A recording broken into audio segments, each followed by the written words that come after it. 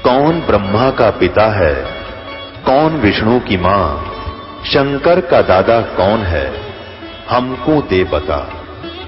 ये जानने के लिए कृपया सुनिए। जगत गुरु तत्वदर्शी संत रामपाल जी महाराज के अमृत वचन सर्व पवित्र धर्मों के पवित्र शास्त्रों के आधार पर।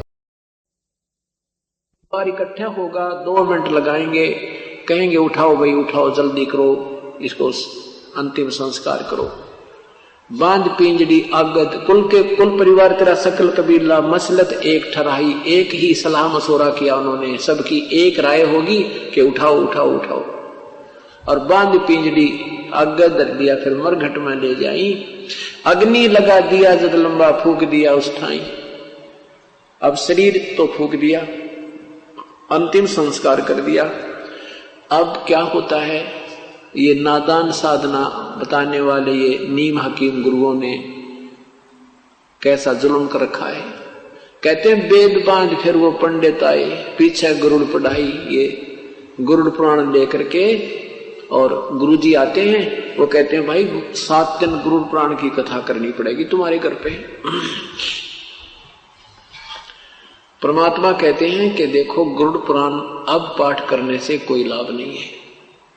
ये गरुड़ पुराण का पाठ उसको पहले सुनाना था जब वो जीवित था, क्योंकि सदग्रंथों में विवरण होता है कि जो व्यक्ति साधना नहीं करते उनके साथ भयंकर यातनाएं हो, उनको बहुत भयंकर यातनाएं होती हैं, प्रेत बनता है उसके साथ, ऐसे होते हैं। कोई ऐसी क्रिया करता है, कोई ऐसा जुल्म करता है, कोई ऐसा पाप करता है उसका हाथ कटता है, कोई ऐसा पाप करता उसकी ऐसे पुत्र की मृत्यु होती है, कोई ऐसा करता उसकी आंखें फूट जाती हैं। तो परमात्मा कहते हैं वो ज्ञान उस मरने वाले को पहले सुनाना था, ताकि बुराइयों से बच जाता और शुभ कर्म करके अपना जीवन सफल कर जाता।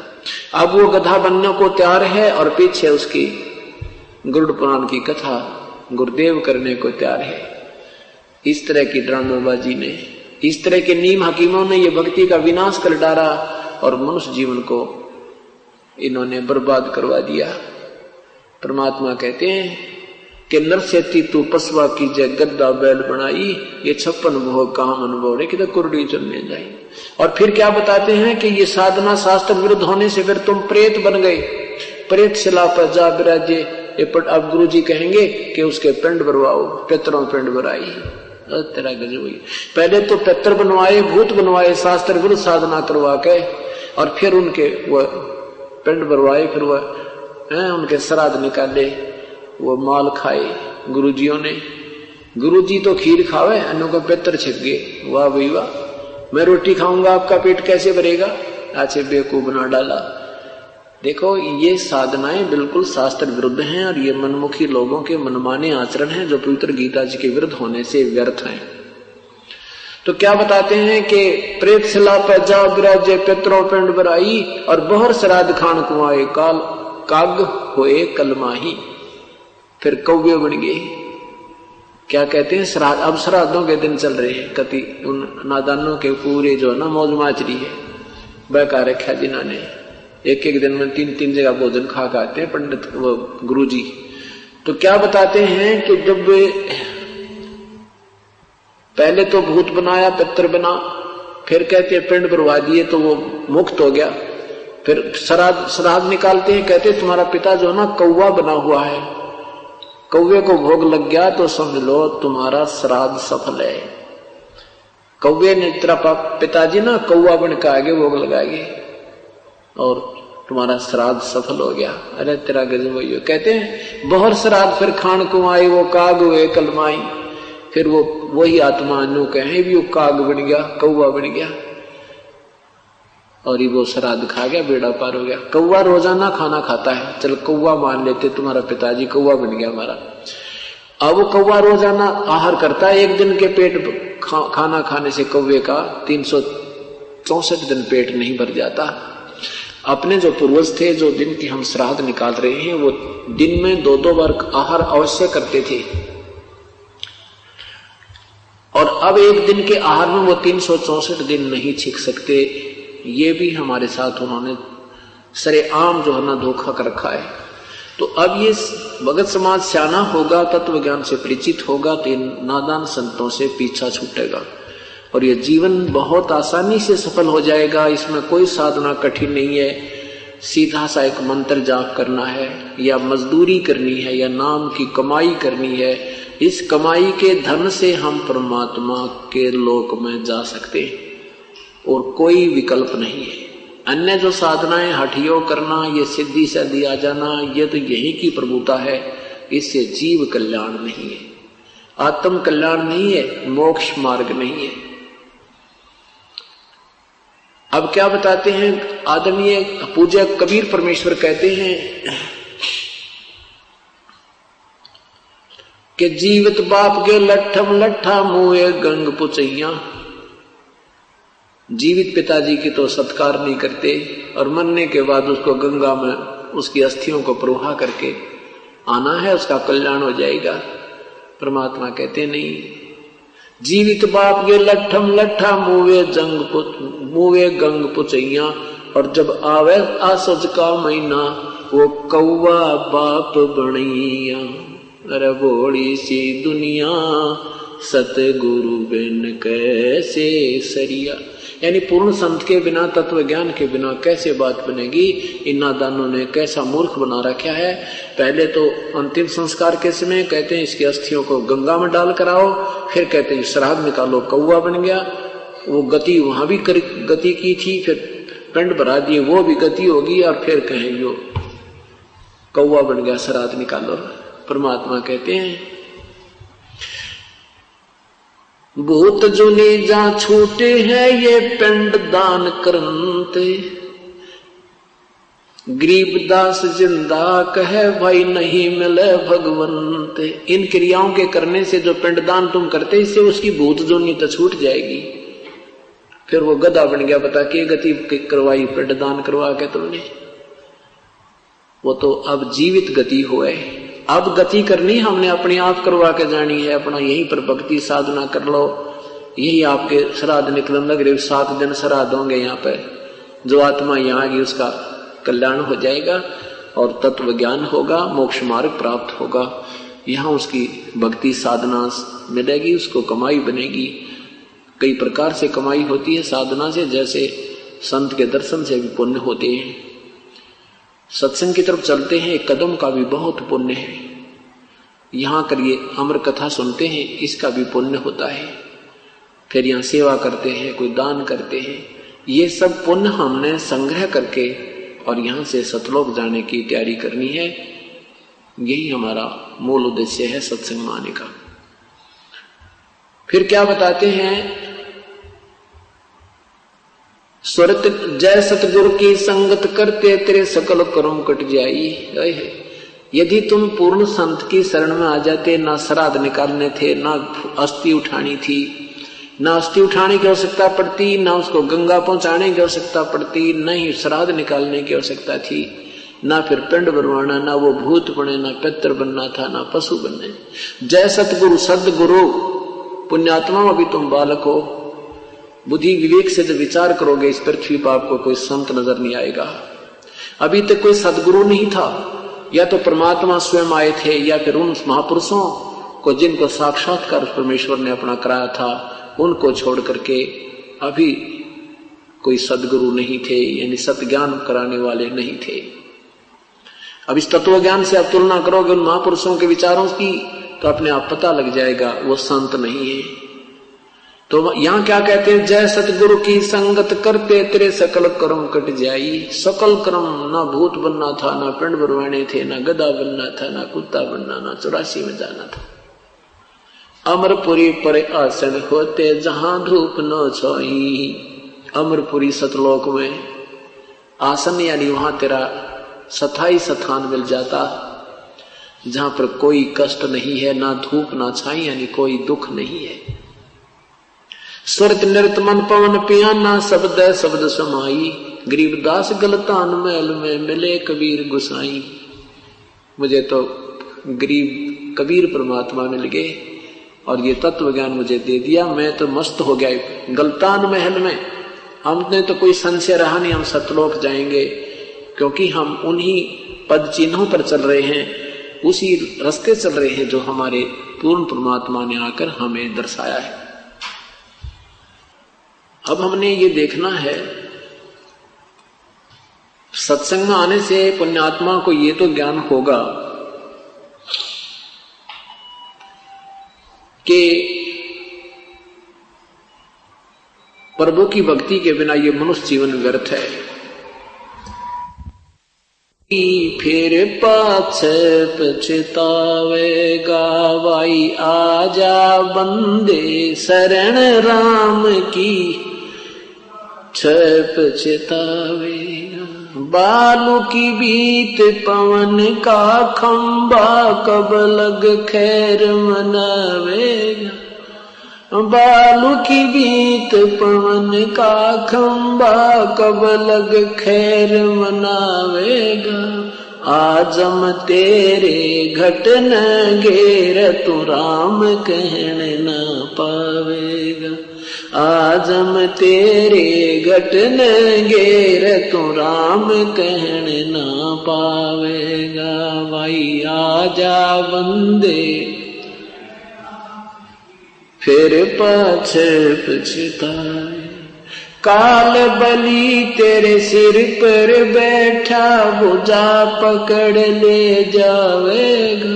हाँ, काल बलि तेरे सिर पर बैठा, बुझा पकड़ ले जावेगा। मात पिता तेरा कुटुंब कबीला, सारा खड़ा लखावेगा। मात पिता तेरा कुटुंब कबीला, सारा खड़ा लखावेगा। भाई आजा बंदे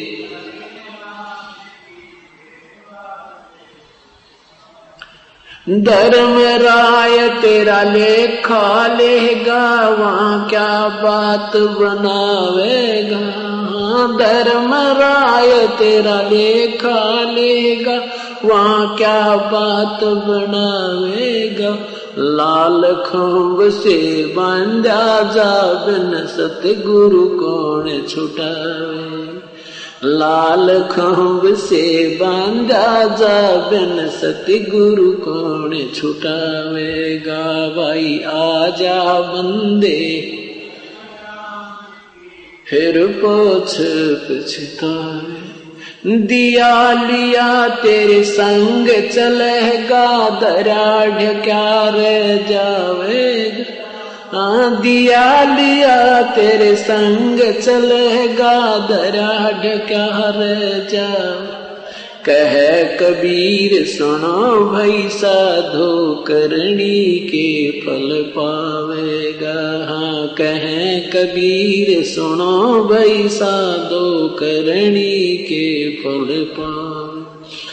आजा बंदे शरण राम की, फिर पाछ पछतावेगा। सत साहिब आजा बंदे शरण राम की, फिर पीछे पछतावेगा। अब सबसे पहले हमने राम समझना है। राम किसे कहते हैं, परमात्मा की परिभाषा क्या है। जैसे यहां संसारिक व्यवहार से हम सोचेंगे तब परमात्मा की परिभाषा में समझ में आएगी। जैसे किसी एक विभाग में आप लीजिए, तहसीलदार भी साहब कहलाते हैं, तहसीलदार साहब।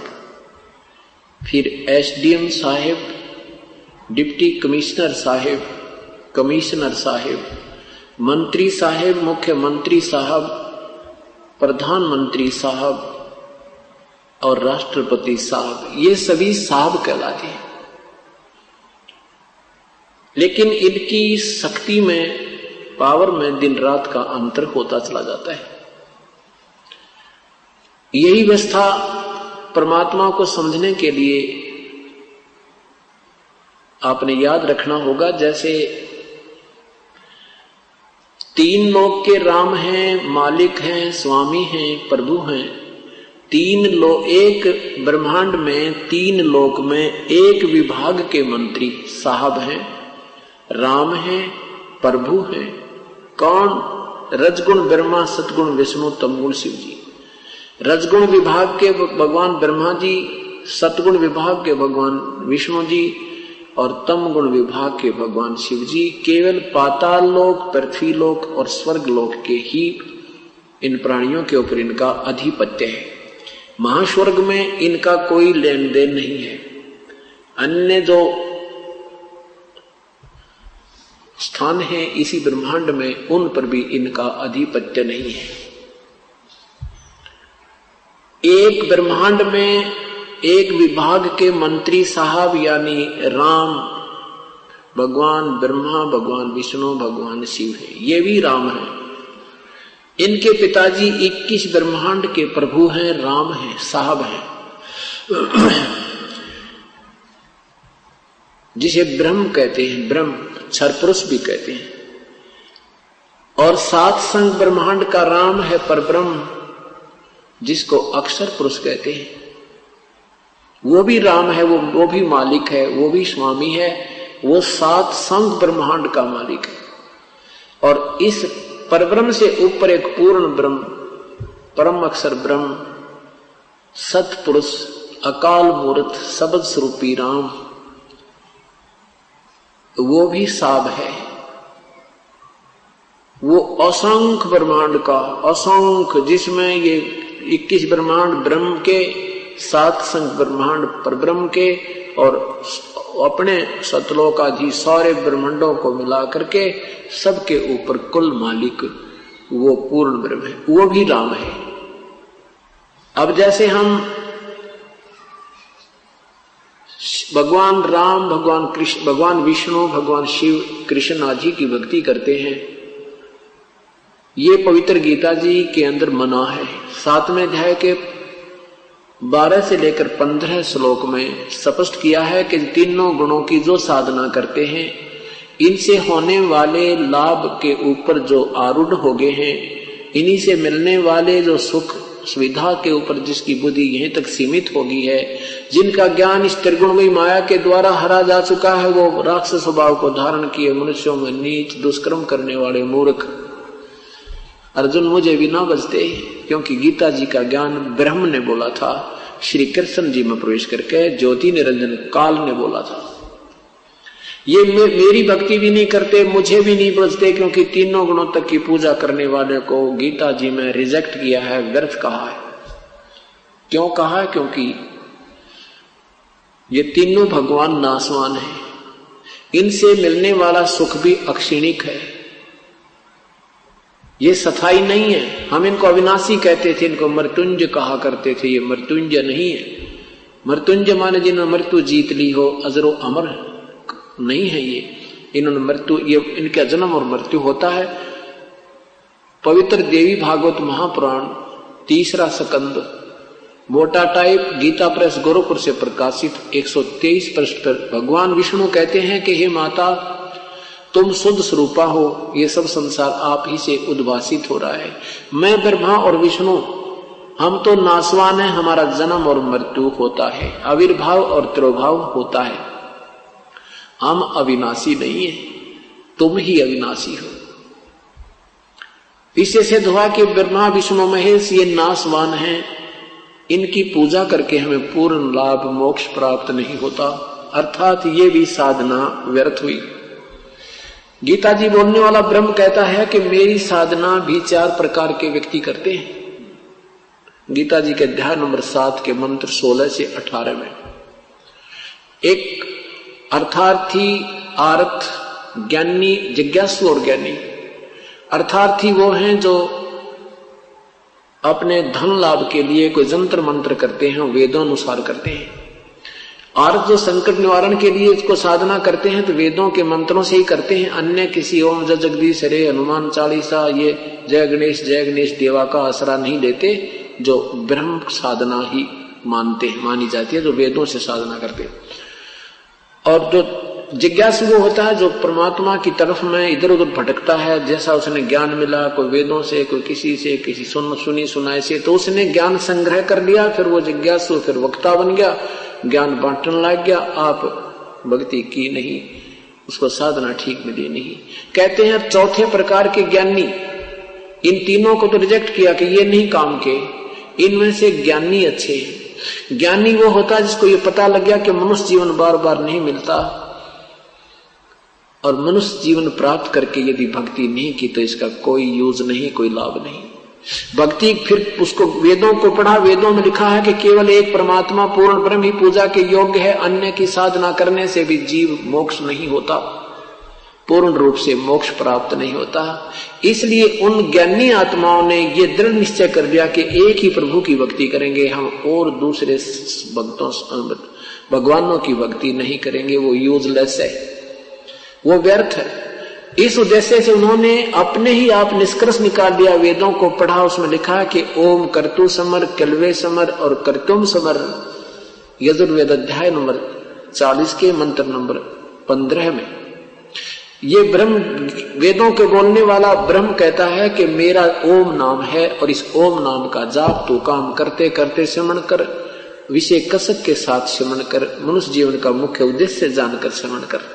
लेकिन 17वें श्लोक में कहा कि 40वें अध्याय के, यजुर्वेद के 40वें अध्याय के 17वें श्लोक में कहा कि वो परमात्मा, 16वें में कहा कि जो सत भक्ति करता है वो उसके पाप नष्ट हो जाते हैं। परम संत से साधना लेकर के जो साधना सत करते हैं, सत भक्ति करते हैं, उनके पाप विनाश हो जाते हैं, और फिर वो पाप रहित आत्मा तो पूर्ण परमात्मा को प्राप्त होती है, जो मोक्ष ऊपर गुप्त रहता है, सतलोक में है, और मेरी साधना करने वाले वो मेरे ब्रह्मलोक में आ जाते हैं।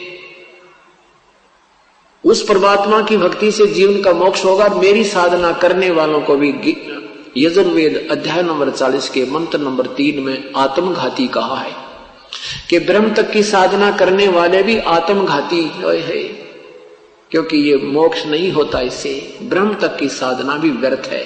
अब गीता जी अध्याय नंबर 7 के मंत्र 18 में कहा है कि ये ज्ञानी है तो उद्धारात्मा, उद्धारमीन समर्पण कर दिया परमात्मा को, चाहे हमारा शीश भी चला जाए पर प्रभु मिल जाए। रात और दिन खाना पीना त्याग दिया, वैराग ले लिया, घर त्याग गए, जंगल में बैठ के ओम नाम का जाप करते रहे, लेकिन ओम नाम के यानी वेदों में वर्णित विधि से प्रभु प्राप्ति नहीं है, या उनकी समझ में आई ना। गीता जी अध्याय नंबर 4 के मंत्र नंबर 34 में कहा कि उस परम तत्व को, परमात्म तत्व को जानने के लिए किसी तत्वदर्शी संतों की तलाश कर, खोज कर, वो जैसा मार्गदर्शन करें वैसे कीजिए। और अपनी साधना के विषय में गीता बोलने वाला प्रभु कहता है 8वें अध्याय के 13वें श्लोक में कि ओम इति एकाक्षरम ब्रह्म व्यवहारं माम अनुसमन ये प्रियाति तजन देहम सयाति परमाम गतिम। मेरा तो केवल एक ओम नाम है, और जो ये एक ओम अक्षर नाम है, इसको मुझ ब्रह्म का एक अंतिम सांस तक जो इसकी साधना करता है वो मेरे वाली परम गति को प्राप्त होता है। 8वें अध्याय के 7वें, 6ठे और 5वें और 7वें श्लोक में कहा है कि जो मेरी साधना करेगा वो मुझे प्राप्त होता है, और युद्ध भी कर और मेरी साधना भी कर। 8वें अध्याय के 5वें श्लोक में कहा कि ये नियम है, ये विधान है प्रभु का कि अंत समय में जो जिसके अंदर आस्था रखता हुआ, भजन करता हुआ, सिमरण करता हुआ प्राण त्यागता है, उसी को प्राप्त होता है। 8वें अध्याय के 8, 9, 10 में कहा कि जो उस परमात्मा की भक्ति करता है, उस परम देव परमेश्वर की भक्ति करता है, करता हुआ प्राण त्याग जाता है, तो उसी को प्राप्त होता है। उसके लिए किसी तत्वदर्शी संत की तलाश करो। मैं नहीं जानता उसकी भक्ति विधि को। कौन? गीता बोलने वाला प्रभु कह रहा है।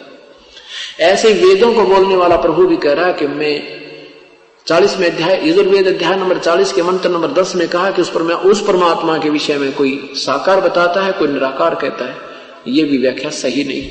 इसके विषय में भी कोई तत्वदर्शी धीराणाम संत यानी तत्वदर्शी संत बताएंगे, जैसा वो कहे फिर उनसे सुनो। गीता बोल, वहां वेदों के बोलने वाला प्रभु भी अपने तक की ज्ञान बता करके वो ऑप्शन छोड़ दी। अब उन ऋषियों को वो तत्वदर्शी संत मिला नहीं, अपने आप निष्कर्ष निकाल कर जो साधनाएं उन्हें की वो प्रभु प्राप्ति की नहीं थी। गीता जी के अध्याय नंबर 11 के मंत्र नंबर 47-48 में लिखा है कि अर्जुन ये मेरा रूप, ये वास्तविक रूप है, ये मैं तुझे दिखा रहा हूं, जो मेरा विराट रूप है, ये है मैं काल हूं, और इसकी प्राप्ति तेरे अतिरिक्त ना तो पहले हुई ना फिर हो सकती, और इसकी प्राप्ति कैसे हो सकती? ना वेदों वर्णित विधि से, ना यज्ञ से, ना तप से, ना जप से, ना किसी साधना से, मेरे दर्शन अर्थात ब्रह्म प्राप्ति नहीं है। इसी कारण से संत ऋषियों ने साधनाएं की, ओम नाम के जाप, वेदों अनुसार यज्ञ किए, हवन किए, लेकिन परमात्मा नहीं मिला।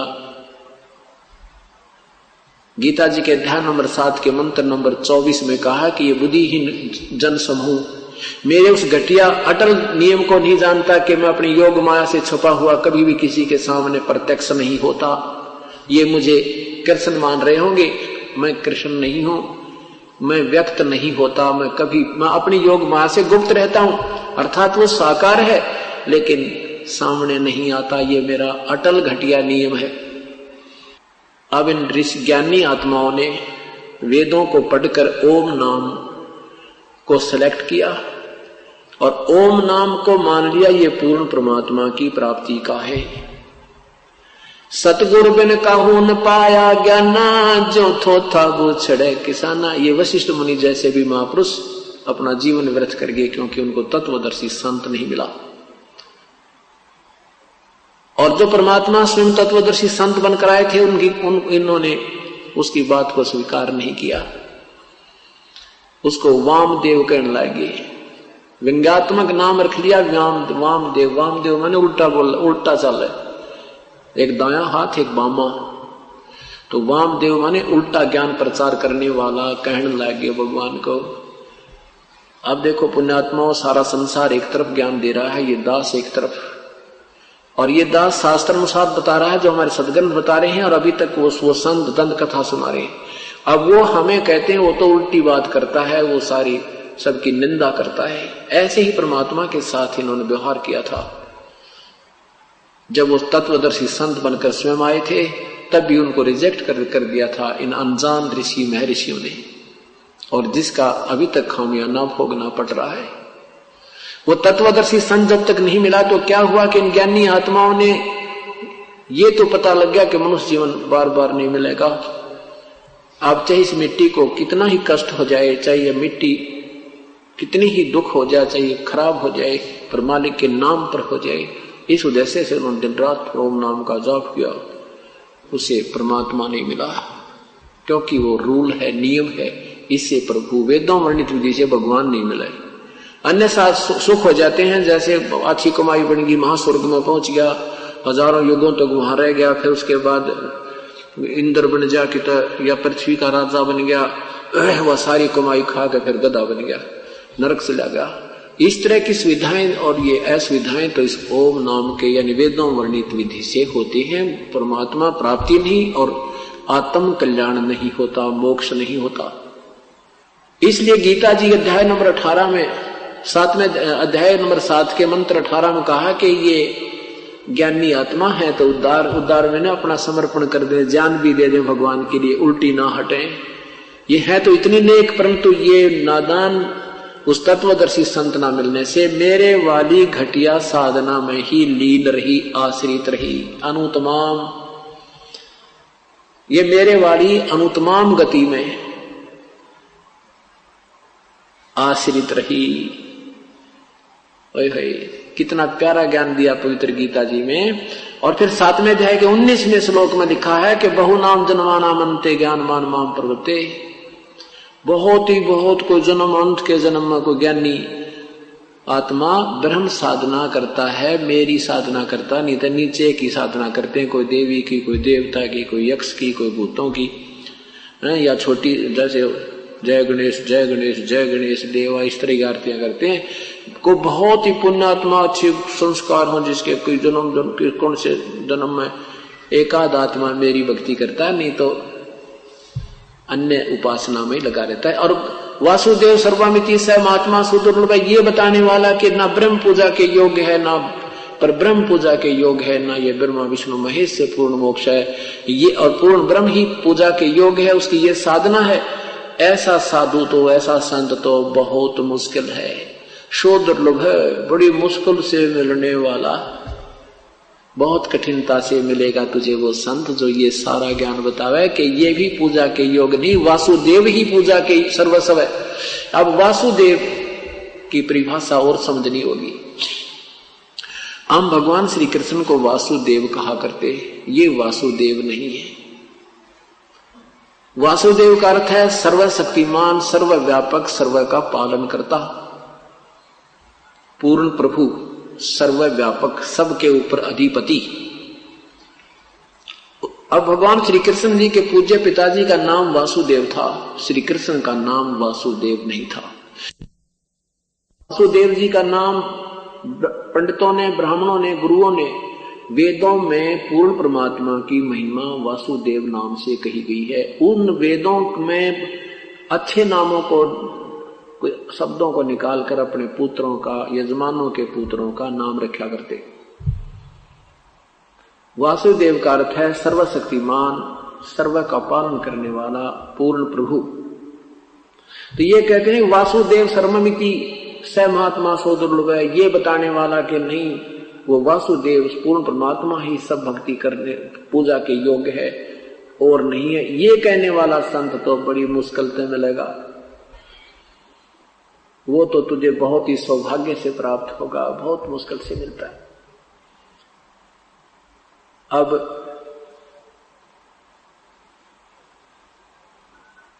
श्री कृष्ण विष्णु अवतार हैं। श्री विष्णु जी सतगुण विभाग के एक मंत्री, एक ब्रह्मांड में 3 लोक के अंदर हैं। ये केवल एक विभाग में मालिक हैं, सर्व के मालिक, सर्वव्यापक, सर्वस्वा नहीं है। ये वासुदेव नहीं है। इनके पिताजी जो हैं ब्रह्म ज्योति निरंजन, ये 21 ब्रह्मांड के ही मालिक हैं, ये कुल के मालिक वासुदेव नहीं है, सर्वव्यापक, सर्वस्व नहीं है।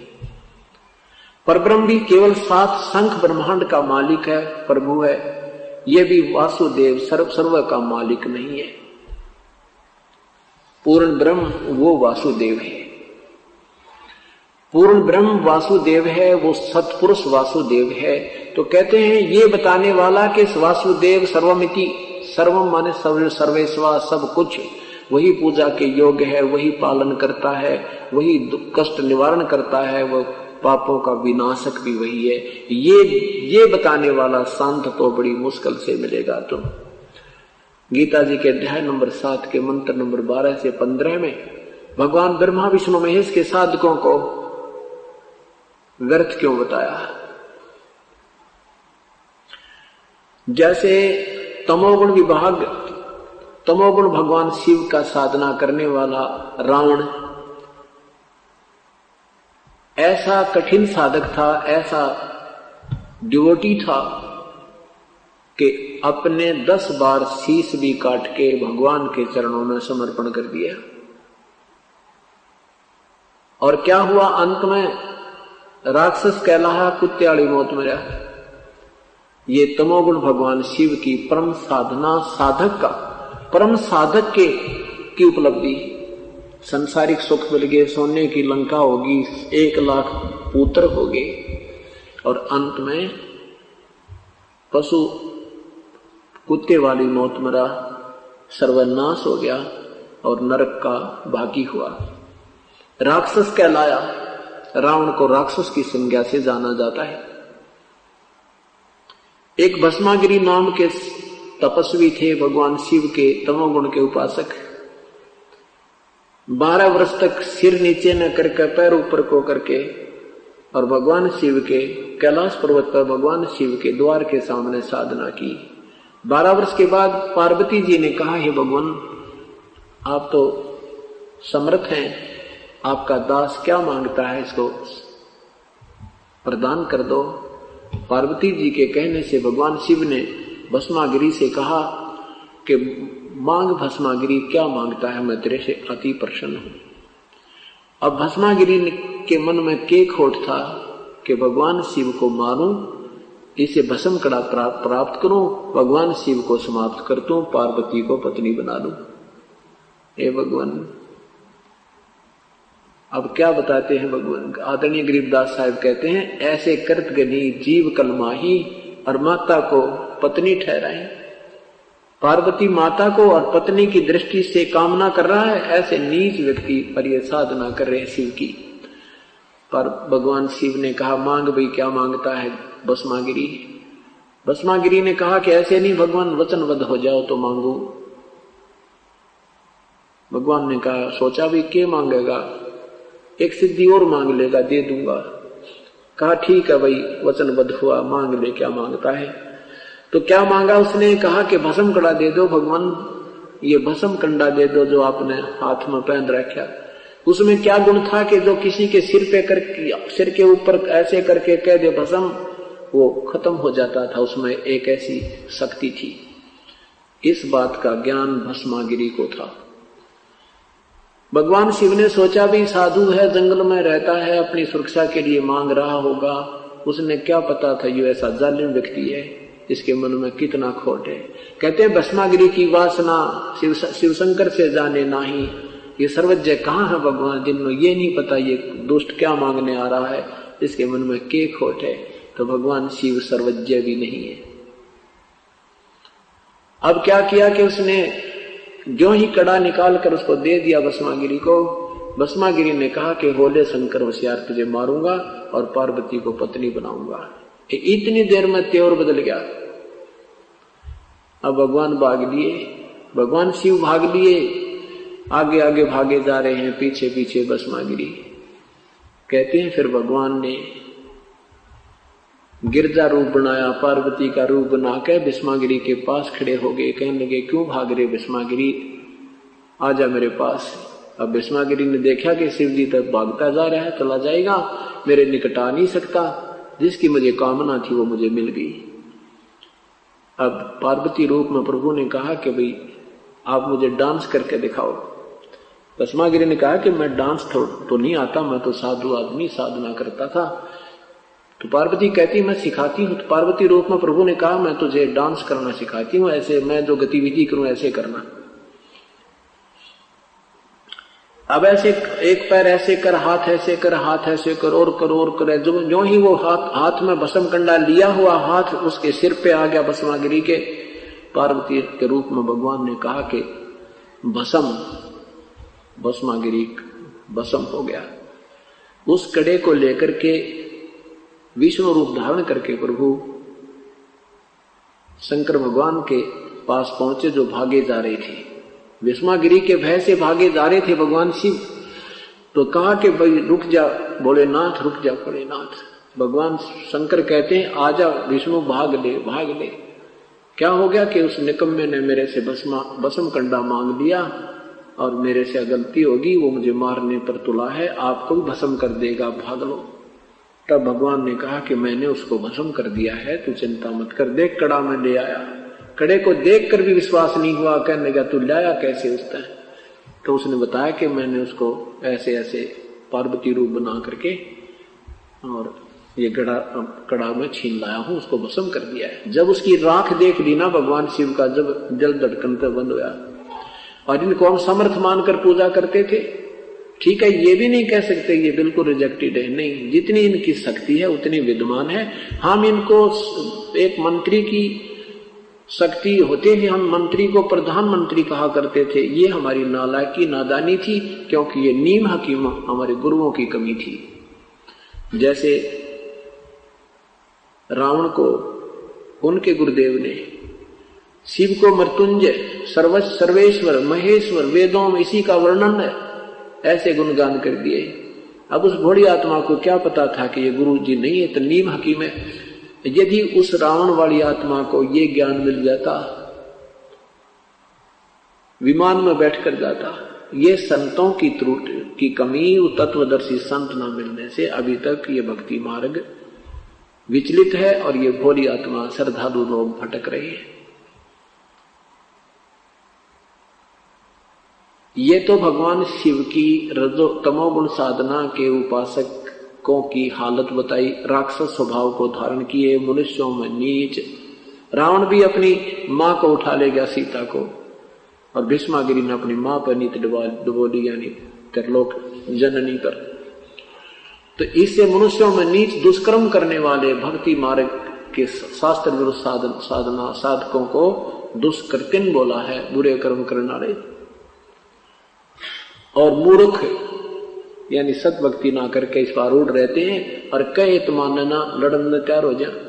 जैनू कह दिया तुम्हारी साधना ठीक नहीं है तो उस पर विचार नहीं करते, यूं कह क्यों निंदा करते हो, तुम लड़ने को तैयार हो जाते। फिर क्या बताते हैं कि ब्रह्मा की साधना रजोगुण की साधना की थी हिरण्यकशिपु ने। सुबह मरूं ना श्याम मरूं, दिन मरूं ना रात मरूं, 12 मास में ना मरूं, आकाश पृथ्वी पर ना मरूं, इस तरह की सिद्धि मांग ली। ये वरदान ले लिया ब्रह्मा जी से, तथास्तु। अब ये सिद्धि प्राप्त करके अपनी साधना से हल्दी की गांठ से पंसारी बन बैठा और फिर अन्याय शुरू कर दिया, राक्षस कहलाया, अपने ही पुत्र का दुश्मन बन गया। प्रहलाद को भी अग्नि में जलाना चाहा, लाल खंबे से बांधकर उसको फूकना चाहा। उसी समय प्रभु नरसिंह रूप धारण करके प्रकट हुआ, हिरण्याकुश की आंत निकाली, कुत्ते वाली मौत मेरा राक्षस कहलाया, रजोगुण ब्रह्मा का उपासक। अब सतगुण विष्णु जी की साधना विश्वामित्र ने की थी। अपने साथी वशिष्ठ मुनि के 100 पुत्रों की हत्या कर दी एक ही पॉइंट पे। वशिष्ठ जी उसको कहा करते कि आओ राजऋषि, क्योंकि वो महिमा का भूखा था, विनम्रता विश्वामित्र में नहीं थी। और विश्वामित्र इस बात से दुख मानता था, तो मुझे राजऋषि क्यों कहता, मुझे ब्रह्म ऋषि कहा कर। इसी द्वेष से वशिष्ठ मुनि के 100 पुत्रों को काट दिया उस विष्णु के उपासक ने। एक और सामूहिक उदाहरण दिया है कि एक बार हरिद्वार हर की पैड़ियों पर, हरिद्वार में हर की पैड़ियों पर कुंभ का पर्व हुआ। उसमें स्नान करने के लिए, पृथ्वी में नहाने के लिए तीनों गुणों के उपासक, ये गिरि, पुरी, नागा, वैष्णव, ये सारे साधु पहुंच गए। अब स्नान करने का जब समय आया तो वो अपने अपने पूरे समूह के साथ प्रस्थान करते। सबसे पहले नागा हर की पैड़ियों पर जाकर खड़े हो गए। अन्य को कहा कि तुम हमारे बाद में स्नान कीजिएगा, हम सर्वश्रेष्ठ हैं, हम त्यागी और बैरागी हैं, हम निवस्त्र रहते हैं, हम नि इच्छा हैं, हम सर्वश्रेष्ठ हैं, हम प्रथम स्नान करेंगे।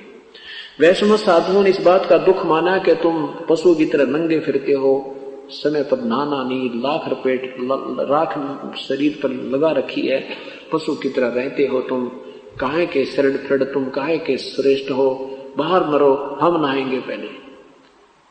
अब वो नहाना तो भूल गए, लट्ठम लट्ठा हो गए। वो स्नान तो करना भूल गए, आपस में लट्ठम, तलवार निकाल ली, तीर निकाले, जो भी जिसका फंस गया ईंट मारी, ऐसी बुरी तरह पशुओं की तरह को किसी को मुंह से काट रहा है। वो तो क्या कहते हैं, 25,000 व्यक्ति जिनको हम संत कहा करते थे अनजानपने में, वो 25,000 व्यक्ति आपस में लड़का मर गए, गंगा का पानी लाल कर दिया। तो ये तीनों गुणों के उपासक, राक्षस स्वभाव को धारण किए हुए मनुष्यों में नीच एवं कितने उदाहरण दें इनके। ये तत्व ज्ञान के अभाव से ये हानि प्राणी को उठानी पड़ रही है। और तत्व ज्ञान देने वाला संत, करोड़ों में कोई है नहीं रे झूम करा, अरबों में कोई गर्क सुनो रे झूम करा। वो संत तो करोड़ों संतों में नहीं मिलेगा, अरबों में कोई एक संत मिलेगा। अरबों में गर्क मीन ये छोटी मोटी इस ज्ञान न सुनकर 2-4 बात बतानी है तो बहुत पा जाएंगे, पर जिनके पास विधि पर साधना, नाम देने का अधिकार और पूरा ज्ञान समाधान हो, वो संत तो अरबों में मिलेगा। अब क्या बताते हैं आदरणीय गरीबदास साहिब जी, कहते हैं तीर तुपक तलवार कटारी जमदड़ जोर बधावे हैं, हर पैड़ी हर हेत न जाना वाजा तेग चलावे हैं, काटे शीस नहीं दिल करुणा जग में साध कमावे हैं, जो जन उनके दर्शन को जावे उनको भी नरक पठावे हैं। ऐसे इन साध जिनको तुम संत कहते हो, कहते हैं ये संत नहीं, इनके कोई दर्शन भी कर ले, इनका उपदेशी भी हो जावे। अब दर्शन करने उपदेशी ही जाएगा, और वैसे कोई जाएगा तो उसको वो अपना उपदेशी बना लेंगे, फिर नाम दान करेंगे, उसको कोई अपने पीठू बना लेंगे। कहते हैं उनके कोई दर्शन भी से व्यक्तियों के दर्शन करने भी चला जाओ, उनको भी नरक ले जाते हैं। और तुम इनको साधु कहते हो, तुम इनको संत कहते हो। ये तीनों गुणों के उपासकों के विषय में कहते हैं। तीर तुपक तलवार कटारी, और डट कर कहते हैं जमा जंग करी उन्हें, और काटे शीश नहीं दल करुणा। करुणा माने दया। वो जग में साधकों में उनको तुम संत भी कहते हो, और जो जन उनके दर्शन को जावे उसको भी नरक ले जावे हैं। जो उनके उपदेशी हो गया उनको भी नरक में ठोक रहे हैं। इन बातों को मद्देनजर रखते हुए हमने ये विचार करना है कि कौन प्रभु है और किस परमात्मा की साधना से लाभ होगा। अब तीनों गुणों के उपासकों को तो गीता जी के 7वें अध्याय के 12 से 15 में रिजेक्ट कर दिया। अब कहते हैं मेरी भक्ति भी ना करते ये, और अपने विषय में 7वें अध्याय के 18वें श्लोक में अपने आप को भी भगवान ने कह दिया कि मेरी साधना भी अनुतमाम, यानी कति घटिया तय घटिया, बिल्कुल व्यर्थ। क्यों? क्योंकि ये भी नाशवान है। भगवान ब्रह्म भी नाशवान है।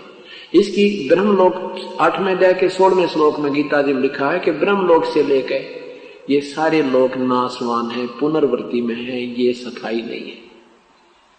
और यहाँ 21वें एक ब्रह्मांड का अंतिम जो ब्रह्मलोक है ये सबसे सफाई है। इसी में नकली सतलोक, अलखलोक, अगमलोक, अनामी लोक की स्थापना इस काल ने अपनी माया से गुप्त करवा रखी है इन जीवों को भ्रमित करने के लिए। और ये ब्रह्मलोक तक भी विनाश हो जाते हैं, ये भी सफाई नहीं है।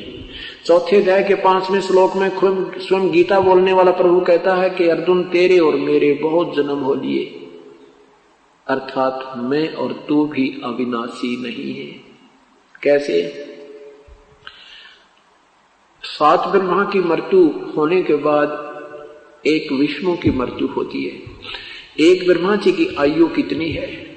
पुण्यात्माओं ये आंकड़े याद हो जाएंगे थोड़े से दिन में आपके, और ये ज्ञान होना बहुत जरूरी होता है, क्योंकि ज्ञान एक बाउंड्री बनती है, एक हमारा गाइडलाइन बनता है। हम विचलित नहीं हो सकते, चाहे कोई फिर कितना विद्वान आकर बात करे, आप 2 मिनट में फेल कर देगा। हमारा बच्चा भी उसको रिजेक्ट कर देगा, जिसने 3-4 वर्ष सत्संग सुनते और हो गए और नाम ले रखा है। एक ब्रह्मा का कितनी आयु होती है? ब्रह्मा की, ब्रह्मा जी का एक दिन है 1008 चतुर्युग का। एक चतुर्युग कितना होता है? सतयुग, त्रेता, द्वापर, कलयुग, इन 4 युगों का समय मिला दे इसको चतुर्युग कहते हैं। और ये 43 लाख यानी कुछ ऐसा इतना मिला करके वर्ष होते हैं। 4,32,000 कलयुग का समय है, इससे दुगना द्वापर का है, यानी 8,64,000। और 8,64,000 में 4,32,000 और जोड़ दे 12,96,000 त्रेता का, और 12,96,000 में 4,32,000 और जोड़ दे 17 लाख कुछ ये द्वापर का, सतयुग का। इन चारों का योग कर दे ये 43 लाख कुछ वर्ष होते हैं। तो इतना एक चतुर्युग ये हुआ। ऐसे ऐसे 1008 चतुर्युग का ब्रह्मा का एक दिन, इतनी ही रात्रि। अब इसको लंप संप लेते हैं, 1000 चतुर्युग कहते हैं। 2000 यानी 2000 चतुर्युग का एक दिन रात हुआ। ऐसे 30 दिन का एक महीना, और 12 महीने का एक वर्ष, और 100 वर्ष की ब्रह्मा की आयु। ओए होए, अब गिनती करने लगे तो गुणा भूल जा। इतनी लंबी वर्षों, इतनी उम्र एक ब्रह्मा जी की होगी, इसकी मृत्यु होगी। ऐसे 7 ब्रह्मा मर जाएंगे, एक विष्णु जी की मृत्यु होगी। ऐसे 7 विष्णु जी की मृत्यु हो जाएगी, तब एक शिव की मृत्यु होगी। इसकी इतनी लंबी उम्र है। इसने माता से यही मांगा था कि मेरी उम्र बढ़ा दे, लंबी कर दे मां। अमर होना चाहा था। दुर्गा ने कहा बेटा तुम अमर नहीं कर सकती मैं, ये तो विधान है यहाँ का, जो जन्म है वो मृत्यु अवश्य होगी। तुझे विधि बताती हूँ कि तेरी आयु सबसे लंबी हो जाएगी। उस विधि से ये भगवान शिव ज्यादा समाधिस्थ रहता है, श्वास कम लेता है, आयु इसकी तीन दोनों भगवानों से ज्यादा है। ऐसे ऐसे 70,000 जब शिव मर जाते हैं, शंकर मर जाते हैं, तो ब्रह्मलोक में रहने वाला ये काल, वहां भी ये तीन रूपों में रहता है, महाब्रह्मा, महाविष्णु, महाशिव। वहां ऐसे ये शरीर छोड़ता है। इसने अपना पीरियड काउंट करने के लिए ये क्रिया बना रखी है, जैसे सांप कांचड़ी छोड़ दिया करे, ऐसे ये अपना एक शरीर छोड़ता है, ऐसे इसकी जन्म और मृत्यु होती है। अर्जुन, मेरे जन्म और मृत्यु दिव्य हैं, तू नहीं जानता, दिव्य ऐसे है ये। तो 70,000 ये त्रिलोकीय काल का पुत्र मर जाता है, तब एक ये ब्रह्मांड में रहने वाला महाशिव मरता है। उसके बाद एक ब्रह्मांड में पूर्ण रूप से प्रलय हो जाती है, इसको महाप्रलय कहते हैं, एक ब्रह्मांड की महाप्रलय। उसके बाद ये काल इन सब जीवों को दूसरे ब्रह्मांड में शिफ्ट कर देता है। वहां ऐसे ही अपनी पत्नी को, दुर्गा को महाब्रह्मा महाविष्णु, आप स्वयं महाब्रह्मा महाविष्णु शिव रूप में रहता है, दुर्गा को महासावित्री, महालक्ष्मी और मां पार्वती रूप में रखकर वहां पुत्रों की उत्पत्ति करके सृष्टि प्रारंभ करता है। अब ऐसे एक काल मरता है, अर्थात एक ब्रह्मांड की जो प्रलय होती है, ये एक दिन हो गया, ये एक युग हो गया परब्रह्म का। परब्रह्म का एक युग हो गया, जो 70,000 शिव मरते हैं, अर्थात एक काल मरता है, ब्रह्म मरता है, ये एक युग हो गया परब्रह्म का। परब्रह्म का एक युग हो गया। ऐसे 1000 युग का उस परब्रह्म का दिन, इतनी ही रात्रि, 1000 युग का, नोट चतुर्युग। ये पॉइंट समझना पुण्यात्मा, आप कोई बालक नहीं है, कोई शिक्षित हो सभी, कोई एमए है, कोई ग्रेजुएट है, कोई 10वीं, कोई आज कोई बालक नहीं। और शास्त्र हमारे पास है, देखोगे तो पता चलेगा ये कहाँ डरे डुआ रखे थे हमारे 3 नादान महर्षि बने बैठे थे, इन कह का ज्ञान है। 8वें अध्याय 7 गीता जी के 8वें अध्याय के 17वें श्लोक में लिखा है, सेंसर युग लिखा, उसमें सेंसर चतुर्युग नहीं लिखा है। ये परब्रह्म की महिमा गाई है, इसमें परब्रह्म के विषय बताया है। दूसरा अव्यक्त, गीता जी के 8वें अध्याय के 7वें अध्याय के 24वें श्लोक में तो अपने विषय बताया कि मैं अव्यक्त हूं, और 8वें अध्याय के 20 में लिखा है कि वो अव्यक्त, ये सब संसार का नष्ट होने पर उस अव्यक्त में ये सब प्राणी समा जाते हैं, और उस अव्यक्त से भी दूसरा जो अव्यक्त प्रभाव है वो कभी नष्ट नहीं होता, वो तीसरा अव्यक्त, यानी 3 परमात्मा है। ब्रह्म ये प्रथम अव्यक्त, अव्यक्त का अर्थ होता जो अपने योग माया से छुपे रहते हैं, सामने नहीं आते, वो होते आकार में है, वो प्रत्यक्ष दृश्य नहीं देते, और वो होते आकार में है। वो हमारी रेंज से, हमारी दूरदृष्टि की और हमारी दृष्टि की पहुंच से बाहर होते हैं, इसलिए हम उनको अव्यक्त कहा जाता है। तो ये ब्रह्म जो है, उसमें लिखा है कि ऐसा एक बार जो ब्रह्म मरता है तो एक युग होता है परब्रह्म का, ऐसे ऐसे 1000 युग का दिन, इतनी ही रात्रि, और फिर 30 दिन का महीना, 12 महीने का एक वर्ष, और 100 वर्ष की आयु है परब्रह्म की। परब्रह्म की 100 वर्ष की आयु है। तो फिर इस परब्रह्म का भी विनाश होता। लेकिन ये तो कमाल हो गया, देखिए 70,000 शिव मरे, और जब एक बार ये ब्रह्म मरे और फिर उसका एक युग हुआ परब्रह्म का, और ऐसे ऐसे 1000 बार जब यो काल मर लेगा, की मृत्यु हो जाती है, ब्रह्म की मृत्यु होती है क्षर पुरुष की, तो तब ये 21 ब्रह्मांड का विनाश हो जाता है। तो ये बिल्कुल पूरा प्रलय हो जाता है। इसमें ब्रह्मांड तो रहते हैं, प्राणी नहीं रहते। तो ये सब जीव जो हैं, काल भी, प्रकृति भी, और ये सब प्राणी भी उस दूसरे अव्यक्त यानी परब्रह्म के लोक में रख दिए जाते हैं। और ऐसे 100 वर्ष की आयु जो परब्रह्म की पूर्ण हो जाती है, उसके बाद उस परब्रह्म का विनाश भी ऐसे निर्धारित समय पर प्रभु की कृपा से अचिंत के माध्यम से होता है। उसके बाद फिर इन सभी के ब्रह्मांडों में फिर दोबारा नए सिरे से उत्पत्ति प्रारंभ होती है। अब क्या बताना चाह रहे थे दास के ब्रह्म एती उम्र बुलंद मरेगा अंतरे। 1008 चतुर्युग का दिन, 1000 चतुर्युग की रात्रि ब्रह्मा की, और फिर भी मृत्यु रुद्र वही हो। और इससे 7 गुना विष्णु, उससे 7 गुना शिव जी की, और फिर भी शिव की मृत्यु। कहते एती उम्र बुलंद मरेगा अंतरे। क्यों? क्योंकि सतगुरु लगे न कान न भेंटे वो संतरे। इसलिए तुम्हारी मृत्यु हो रही है, क्योंकि तुमको परम संत नहीं मिले, वो तत्वदर्शी संत नहीं मिले। इतनी भी साधना करके तुम इतनी उपलब्धि भी कर जाओगे, इतनी लंबी उम्र भी हो जाएगी, तो भी मरेगा अंतरे। क्यों मरोगे? क्योंकि तुमने वो तत्वदर्शी संत नहीं मिले।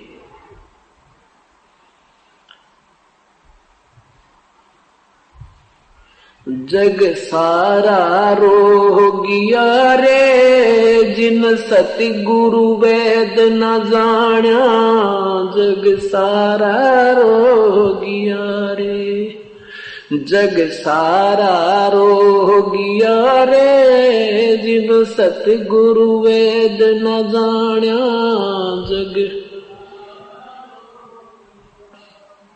जन्म मरण का रोग लग्या है, या तृष्णा बडरी खांसी। जन्म मरण का रोग लग्या है, तृष्णा बडरी खांसी। आवागमन की डोर गले में पड़ी काल की फांसी। जग सारा रोगिया रे, जिन सतगुरु वेद न जान्या। जग सारा रोगिया रे, जग सारा रोगिया रे, जिन सतगुरु वेद न जान्या। जग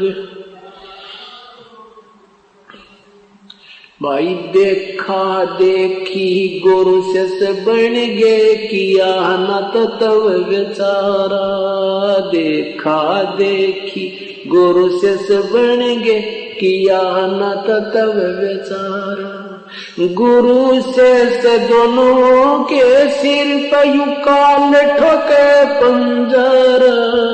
जग सारा रोगिया रे, जिन सतगुरु वेद न जान्या। जग सारा रोगिया रे, जग सारा रोगिया रे, जिन जग सारा रोगिया। साचा सतगुरु कोई न पूज, इन झूठों जगपतियासी। साचा सतगुरु कोई न पूज, झूठों जगपतियासी। अंधे की बागही अंधे न, मार्ग कौन बतासी। जग सारा रोगिया रे, जिन सतगुरु वेद न जाना। जग सारा रोगियो रे, जिन सतगुरु वेद न जाना। जग सार शब्द सर जीवन बूटी, गस गस अंग लगावे। सार शब्द सर जीवन बूटी, गस गस अंग लगावे। कहे कबीर तुम सतकर मानो, ये जन्म मरण मिट जावे। जग सारा रोगिया रे, जिन सतगुरु वेद न जाना। जग सारा रोगिया रे, जग सारा रोगिया रे, जिन जग सारा रोगिया रे। सार शब्द सर जीवन बूटी गैसे गैसे अंग लगोवे, सार शब्द सर जीवन बूटी गैसे गैसे अंग लगावे। कहे कबीर तुम सत कर मानो, ये जन्म मरण मिट जोवे, जग सारा रोगिया रे वैद न जाना, जग सारा रोगिया रे, जग सारा रोगिया रे, जिन सतगुरु सारा रोगिया रे। सत साहेब